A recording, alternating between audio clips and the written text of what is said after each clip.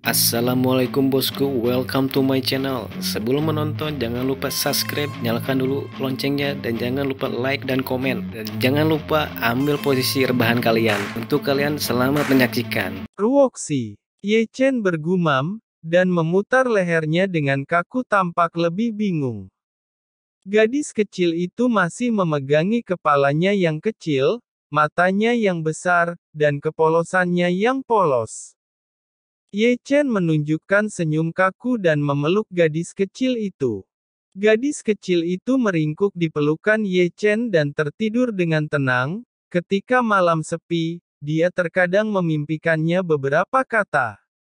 Salju dan angin menjerit di luar, dan kuil yang hancur menjadi satu-satunya tempat hangat di bumi yang luas. Di malam hari, Ye Chen bersandar di pilar batu dan tertidur lelap. Hari ini, Ye Chen berambut abu-abu, dengan penuh janggut, perubahan dan kelelahan di wajahnya, dan seperti pengemis, siapa sangka ini adalah penguasa pengadilan surgawi. Di api unggun, keheningan kuil yang hancur dipecahkan oleh suara di luar. Saljunya terlalu besar, jadi aku tinggal di sini sebentar. Segera, suara wanita ringan terdengar. Segera, pintu kuil didorong terbuka, dan dengan badai salju yang mengamuk, seorang pria masuk, tetapi dia adalah seorang sarjana, atau seorang sarjana berpakaian seperti seorang wanita. Di belakangnya, ada juga beberapa pria, masing-masing dengan pedang, menunjukkan udara dingin yang lebih dingin dari salju. Ada seorang pria berbaju hitam membeku sesaat, melirik api unggun, dan kemudian mengarahkan pandangannya pada Ye Chen dan Ruoxi yang sedang tidur di samping api unggun. Tutup pintunya, anak itu kedinginan. Ye Chen terbangun dan membuka mata. Beraninya kamu memerintah. Kamu mundur. Pria berbaju hitam disela oleh wanita berjubah putih sebelum dia selesai berbicara. Putri, ini, mundur. Wanita itu berkata, setelah mengangkat langkahnya, menatap Ye Chen tanpa menyipitkan mata, sambil berjongkok ragu-ragu, dia dengan ragu-ragu mengulurkan tangannya. Sungguh, benar-benar Anda. Dengan wajah lelah muncul di mata, kabut air langsung memenuhi matanya yang indah.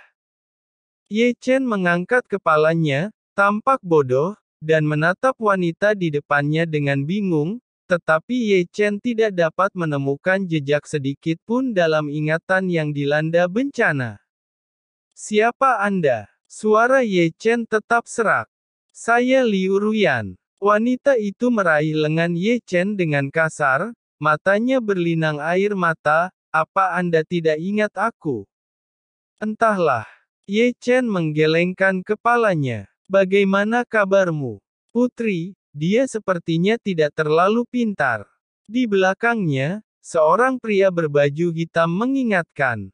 Tidak ingat. Liu Ruyan membeku sesaat, melirik ekspresi Ye Chen. Bagaimana kamu menjadi seperti ini? Apa terjadi? Tiba-tiba, Liu Ruyan memeluk Ye Chen, air mata membasahi rambut Ye Chen. Melihat ini, beberapa pria berbaju hitam terbatuk dan berbalik dengan sadar. Adegan hari ini benar-benar tidak terduga bagi mereka. Putri pendiri mereka selalu acuh tak acuh, terutama kepada pria. Siapa yang pernah berpikir bahwa akan terjadi pada pengemis yang tidak sadarkan diri, membuat mereka benar-benar bingung. Di kuil, sekali lagi jatuh ke dalam ketenangan. Ye Chen masih terlihat bodoh dan membiarkan Liu Ruyan memeluknya, tetapi Xiao Ruoxi di pelukannya membuka matanya dan menatapnya dengan bergetar.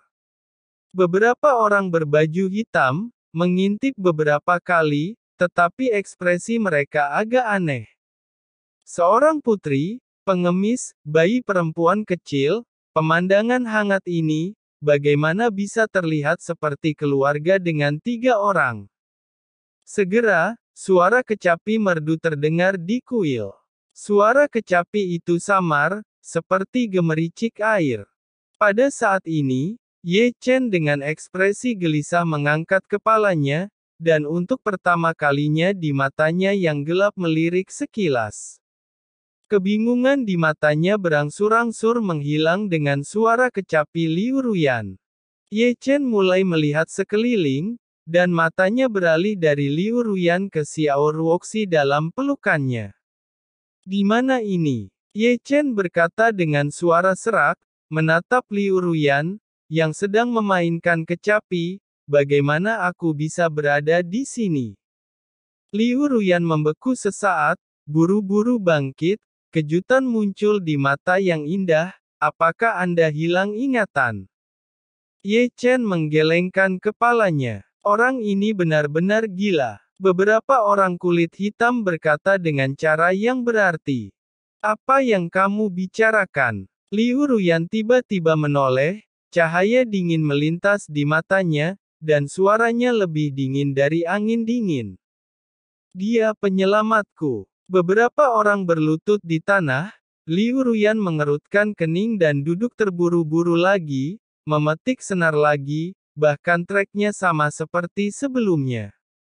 Di bawah tatapannya, Ye Chen, secara bertahap memulihkan rasa kejernihannya dalam suara kecapi. Seperti sebelumnya, Ye Chen melihat sekeliling, dan bahkan menanyakan kata-kata persis seperti sebelumnya. Kali ini, Liu Ruyan tidak berhenti memetik senar, tetapi malah menatap Ye Chen dengan ragu, apakah kamu sakit? Kamu belum menjawab pertanyaanku, di mana ini? Mengapa aku di sini? Ye Chen melirik Xiao Ruoxi di pelukannya, lalu mengaturnya mata pada Liu Ruyan. Dan, kamu mengapa ada di sini? Liu Ruyan tidak tahu bagaimana menjawabnya. Ini adalah wilayah negara Nanzhao. Seorang pria berbaju hitam menjawab Liu Ruyan. Yang di depanku adalah putri pendiri negara Nanzhao, yang keluar dari istana untuk mengamati orang-orang. Jalan dan salju turun di sini. Saya benar-benar tidak tahu mengapa Anda ada di sini. Mungkin Anda hilang ingatan. Apa, hilang ingatan? Ye Chen memang memiliki beberapa ingatan yang terputus-putus tentang mengapa dia muncul di sini, tetapi entah bagaimana aku masih melupakan sesuatu. Sang putri sedang bermain kecapi, jadi Anda sudah bangun. Pria berbaju hitam itu berbicara lagi. Maksudmu, jika dia tidak bermain kecapi, aku akan mengalami hilang ingatan. Ye Chen melirik pria itu. Saya harus mengatakan iya. Dia mengatakan yang sebenarnya. Kata Liu Ruyan. Kamu seperti orang mati berjalan sebelumnya. Anda tidak ingat saya atau siapa Anda.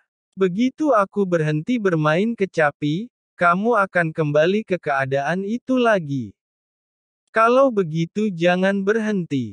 Ye Chen masih menggosok alisnya, seolah-olah dia sedang memikirkan titik awal. Semuanya tampak seperti mimpi. 3 tubuh Tao terbunuh, dan wadah besi kekacauan dalam keadaan rapuh. Mata Ye Chen berkedip, mengingat adegan terakhir.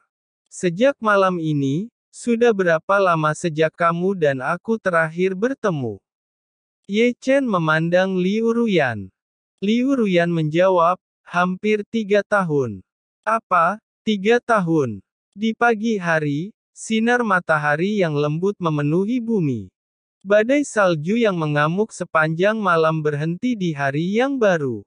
Di bumi yang luas, kebanyakan tentara mengenakan baju besi, menjaga kereta di tengah. Di dalam kereta, Liu Ruyan masih memetik senar, melodinya merdu. Ini putrimu dan peri itu. Liu Ruyan memetik senar, melirik Xiao Ruoxi, dan menatap Ye Chen. Ye Chen melihat keluar jendela, memikirkan hal lain, dan baru saja menjawab pertanyaan tentang Liu Ruyan, tetapi itu membuat Liu Ruyan terlihat canggung. Gadis kecil, siapa namamu? Untuk menyembunyikan rasa malunya, Liu Ruyan memandang Xiao Ruoxi. Namaku adalah Ruoxi, gadis kecil itu mengangkat kepala kecilnya, suaranya lembut, senyumnya cemerlang. Bagaimana dengan ibumu? Kakak laki-lakiku berkata, ibuku sudah pergi jauh. Gadis kecil itu polos, masih cuek, dan tersenyum cerah. Kakak laki-laki itu juga berkata bahwa dia akan membawaku untuk menemukan ibuku. Itu saja. Liu Ruyan tersenyum, tetapi menatap Ye Chen. Gadis kecil itu tidak mengenal dunia, tetapi bagaimana dia tidak mengerti arti kalimat itu? Seperti yang Anda pikirkan. Ye Chen menarik napas dalam-dalam dan membelai kepala kecil Ruoxi dengan lembut. Beberapa hal, seperti suara kecapi Liu Ruyan, secara bertahap muncul dalam ingatannya, seperti gadis kecil ini, seperti namanya Ruoxi, tanpa ibu, adalah anak yang malang. Sepanjang jalan, memandang Ruoxi. Sangat yakin bahwa Ruoxi adalah manusia, tetapi Ye Chen tidak yakin apakah dia adalah Ruoxi yang Ye Chen cari. Baiklah, bisakah aku istirahat? Ketika Ye Chen berpikir, Liu Ruyan terbatuk-batuk. Tanganku sakit. Istirahatlah. Ye Chen juga batuk kering. Sejak bertemu di kuil tadi malam, Liu Ruyan telah bermain kecapi tanpa henti sepanjang malam. Dia hanyalah manusia biasa yang bermain kecapi sepanjang malam. Ye Chen juga berpikir untuk membawa terbang Liu Ruyan ke istana kerajaan negara Nanzhao. Selama periode itu, Ye Chen hanya membutuhkan Liu Ruyan untuk terus bermain kecapi dan membuatnya tetap terjaga. Namun, permintaan Ye Chen ditolak oleh Liu Ruyan. Karena Liu Ruyan takut terbang. Secara alami, Liu Ruyan juga memiliki keegoisan. Dia akan tiba di negara Nanzhao Istana dalam 1/4 jam jika terbang. Dia tidak ingin berada di sana secepat ini. Sangat bagus sekarang dia bisa sendirian dengan Ye Chen, orang yang dia sukai dan menghargai pemandangan bersalju. Meskipun Liu Ruyan tidak tahu mengapa suara kecapinya bisa mengembalikannya ke keadaan hilang ingatan, itu tidak masalah. Yang penting dia bisa menemani Ye Chen sepanjang jalan. Dengan suara kecapi berhenti, mata Ye Chen jernih, ekspresinya menjadi kusam. Di mana ini? Siapa kamu? Berkat ini bukan akting. Ye Chen seperti kepribadian ganda. Suaranya serak, dan dia memandang Liu Ruyan di seberangnya. Ini negara Nanzhao, aku istrimu. Liu Ruyan tersenyum manis. Istri. Ye Chen bergumam. Hei, ini anak kita.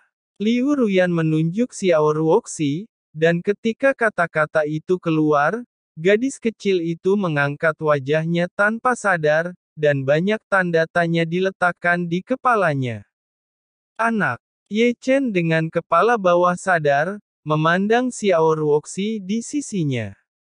Dia sangat baik. Liu Ruyan tersenyum lembut, pipinya bengkok di bahu Ye Chen, dan bergumam pelan, jika kamu mau, aku akan memberimu banyak anak. Liu Ruyan membawa Ye Chen dan Ruoxi keluar dari kereta. Siapa pria itu? Para penjaga mengikuti kuda mereka di belakang mereka, dan lebih dari satu menggaruk kepala. Secara visual, sang putri harus menjaga anak itu. Seseorang menyentuh dagunya. Dan gadis kecil itu, mungkin lahir dari sang putri. Melihat ini, lebih dari selusin penjaga mencabut pedang mereka dan mengepung Liu Ruyan dan Ye Chen di tengah untuk pertama kalinya. Setiap mata menatap kuartet sedikit, dan wajahnya tidak jelek biasa. Segera, suara pedang yang menghantam tanah berdering, dan salju pecah dengan liar di tanah. Ada sosok gelap ke segala arah, dan ada ribuan dari mereka. Aku takut. Xiao Ruoxi ketakutan dan bersembunyi di belakang Liu Ruyan, dan memanggil ibunya. Jangan takut. Liu Ruyan tersedak sejenak, dan menyentuh kepala gadis kecil itu, dan memegangnya di tangannya. Meskipun dia adalah putri pendiri yang jauh di atas, dia juga seorang wanita, dan dia juga memiliki cinta keibuan. Putri, sangat lengkap, tidak seperti perampok bandit biasa. Seorang penjaga mengerang. Ini pasukan negara Tianlu. Liu Ruyan berkata dengan ringan, seolah melihat asal-usul orang-orang itu sekilas. Para penjaga tampak jelek lagi, seolah memikirkan sesuatu. Saya memiliki begitu banyak pasukan di Nanzhao, sepertinya mereka sudah siap menyergap kita. Terus, kata-kata Liu Ruyan masih hambar, meskipun dia menghadapi ratusan kali musuh, dia masih tidak takut, karena Ye Chen ada di sini. Namun, kata-kata itu didengar oleh para penjaga. Lawan sudah cukup untuk maju. Mereka bisa tenggelam dalam sekejap, saya tidak tahu di mana putri mereka, percaya diri. Di antara kata-kata, mereka dikelilingi oleh kelompok-kelompok.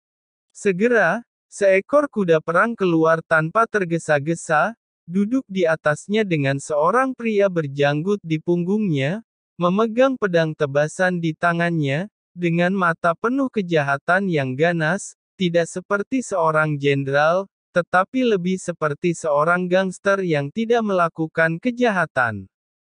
Putri Ruyan, ikut kami. Pria itu memiliki suara kasar, sepasang mata darah, dan masih menghantui cahaya mesum. Apakah ini provokasi bentuk perang terhadap negaraku? Liu Ruyan memandang pria itu dengan acuh tak acuh. Sangat tidak menyenangkan untuk mengatakannya. Pria itu menyeringai dan tertawa. Rajaku telah mengagumi sang putri untuk waktu yang lama. Segera ribuan pasukan negara Tianlu bergegas menyerang namun si pria itu ditangkap oleh tangan besar. Dalam adegan ini, tidak hanya tentara negara Tianlu, tetapi bahkan penjaga Liu Ruyan menontonnya di tempat. Namun, mereka segera menyadari bahwa pria itu bukan pemain sulap, tetapi seseorang menangkapnya di udara. Adapun siapa yang menggerakkan tangan, tidak perlu dikatakan bahwa Ye Chen yang melakukannya. Siapa? Siapa itu? Pria itu menggeram ketakutan, dia tidak bisa melihat apa-apa, tetapi benar-benar merasa ada tangan besar yang memegangnya, dan tidak peduli bagaimana dia melawan, dia tidak bisa bergerak, seperti domba yang akan disembelih.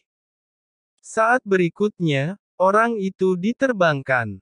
Wow! Semua orang mengangkat kepala, mata mereka berputar sedikit saat dia terbang keluar. Boom! Orang itu terlempar menabrak gunung. Melihat pemandangan yang menakjubkan ini, penjaga Liu Ruyan tercengang melihat Ye Chen yang seperti pengemis. Bukan master seni bela diri, itu Klivator, seorang penjaga yang lebih tua menghela nafas. Bagaimana manusia bisa memiliki kekuatan internal yang begitu kuat? Apa? Kultivator. Kerumunan terkejut, dan mata mereka menatap Ye Chen berubah. Ribuan pasukan berlari ketakutan akan Ye Chen sebagai kultivator. Liu Ruyan tersenyum manis, meraih tangan Ye Chen, dan berjalan lagi.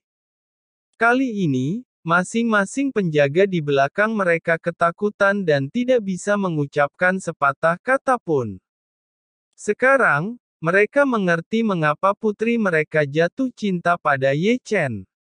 Dia sama sekali bukan pengemis, tapi kultivator yang terbang melintasi langit. Berpura-pura ini sangat bagus. Melihat Ye Chen berjalan di salju yang luas, di aula sekte Tianxuan, Fu Yayu mengejutkan janggutnya.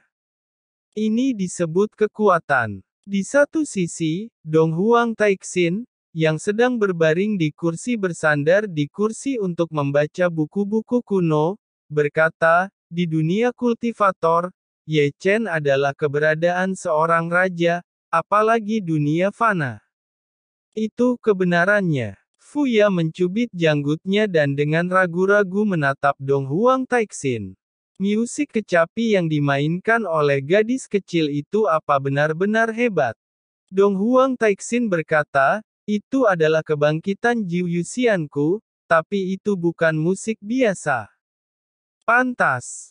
Fuya menyentuh dagunya. Sepertinya bocah ini telah bertemu dengan seorang bangsawan, dan mengajarkan lagu ini kepada lebih banyak orang, mungkin dia benar-benar bisa menyembuhkan bocah itu yang benar dan hilang. Bagaimana bisa sesederhana yang kamu pikirkan? Dong Huang Taixin masih membolak-balik buku-buku kuno. Tidak semua orang berguna untuk bermain musik Qin adalah salah satu aspek, yang penting masih kasih sayang. Gunakan kasih sayang sedalam-dalamnya. Ye Chen jatuh ke dalam siklus kebenaran dan ilusi karena cinta, dan hanya cinta yang bisa membantunya melarikan diri dari lautan kepahitan.